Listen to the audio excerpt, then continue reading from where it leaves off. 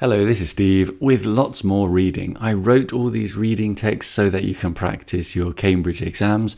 They are at a C1 level or maybe B2 given they're a bit shorter, tough B2, accessible C1, so we can see if we're ready for the reading exam in one intense study session of the complete reading exam on one slide for each part.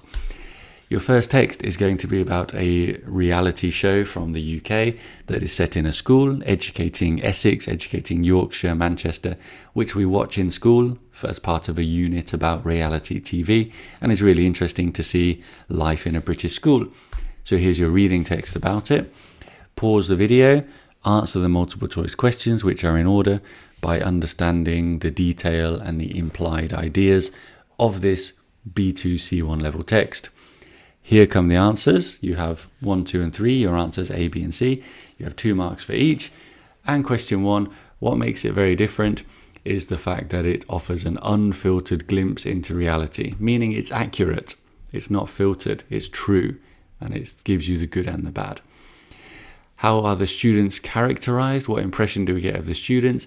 Well, the main point is that they are not stereotypes, they are unique, they are complex. So they're like real people, basically. They are not just shown as silly teenagers who are doing this or this. No, they're not typical. There's not one aspect. They're more complex. And the third question, this is a nice question, understanding the general idea of what it says about teachers, eliminating the wrong options. Well, it says they balance discipline and care, how it's a negotiation when they are strict or when they are kind. Just like real teachers, you can't always uphold the rules. People are complicated and sometimes you have to say, okay, I understand the situation. So the point here is that they show balance and understanding.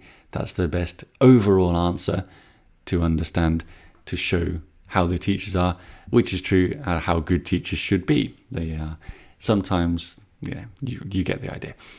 6 marks there for reading part 5. Keep a total of your score. Look up any words we don't understand. As we move on, and we're going to talk about doing exercise when you are a new parent, which is something that has been difficult for me over the last couple of years. But talk about exercise. Imagine you're in this situation. If you're not yourself yet at this point in your life, you may be in the future, and get your mind ready to be thinking about reading texts on this very specific context and situation. So it's reading part 6. 4 new parents talk about how they work out, A, B, C, and D. You need to compare and contrast the ideas in these 4 texts. Pause the video, read it, do it, because now I'm going to tell you the answers for these 3 questions. Well, what does text D say? Here come the answers. About the consequences of low energy, the idea is that you can't do it. Low energy means you stop working out because you've got a new baby, you're not sleeping well, you're disrupted, you can't work out. The other one that says that is text A, how it affects your motivation, how draining it is. You can still try, but it really affects your motivation and you can't convince yourself like it affects you mentally to be able to work out. So the answer is text A. Number 2, this one's a bit more simple, isn't it? Basically, text A goes for walks with the pram, the buggy, the baby, so you are involving the baby. Text B, I start involving my baby. Text C, gym sessions alone. And text D, I do include my baby sometimes, but not always. So text C is the one that doesn't actually exercise with the baby. The rest of them are exercising with the newborn arrival, the baby. And what does text A say about adapting your expectations? Basically that you are not trying so hard anymore. You are accepting that you're not going to be doing so much exercise. The other text that says that is text D. Before, I had lots of goals. Now I'm flexible and improvised. So saying you need to accept that you're not going to do the same amount of exercise. They both share that idea. So the answer is text D. 6 marks there for our reading part 6. Let's move on to reading part 7. Which is going to be about recycling. Again, a typical Cambridge topic, an important topic for our modern world. And what do you think about recycling and what can you say about recycling? Because it's a boring topic, I completely agree. but you have to be able to talk about it with your level of English. So we are talking about recycling aluminium, or aluminum, as they say in the US. You need to put the best paragraph in each gap to connect the paragraphs together, and so the ideas flow naturally. Here come the answers. So our first gap is mainly about the importance of aluminium, which is paragraph C, isn't it? It's found in everything, so it's really important. Our second gap is about, and this is very good, isn't it? How we can recycle all of it. So this is very important because you don't have to make more aluminium, basically. And making more aluminium is difficult. So that's why it's very good for the environment, because we're saying you don't need to make raw materials, new aluminium. And text D says you shouldn't be making new aluminium. And our final gap about how we recycle and how the individuals do it, that is going to be how you sort it and collect it.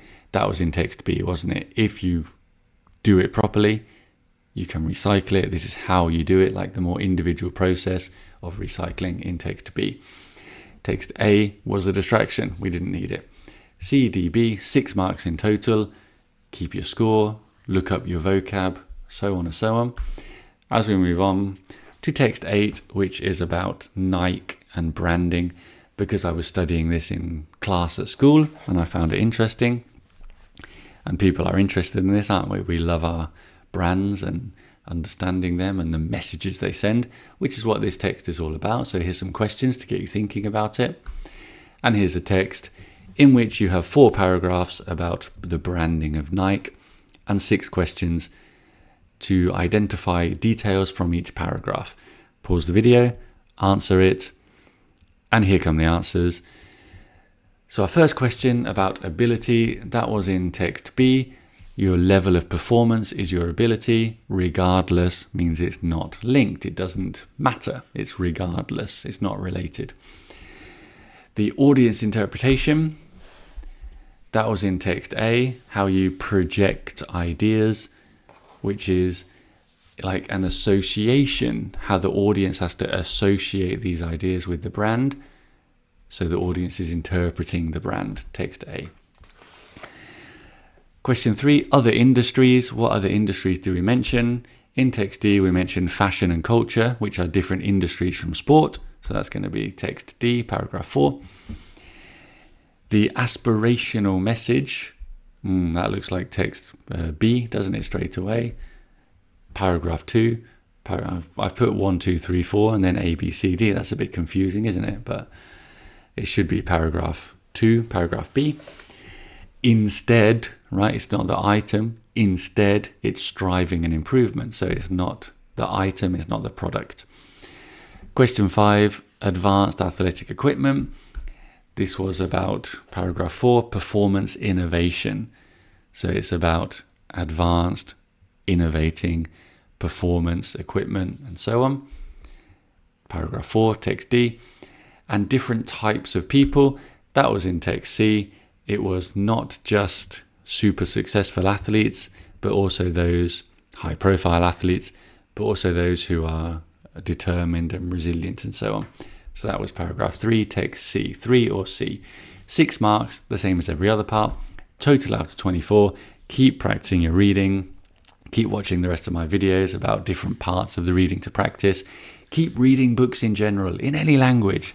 Just be the kind of person who reads and who can appreciate and understand the world, because you are reading more complex ideas and your brain is improving. All right, thank you, goodbye.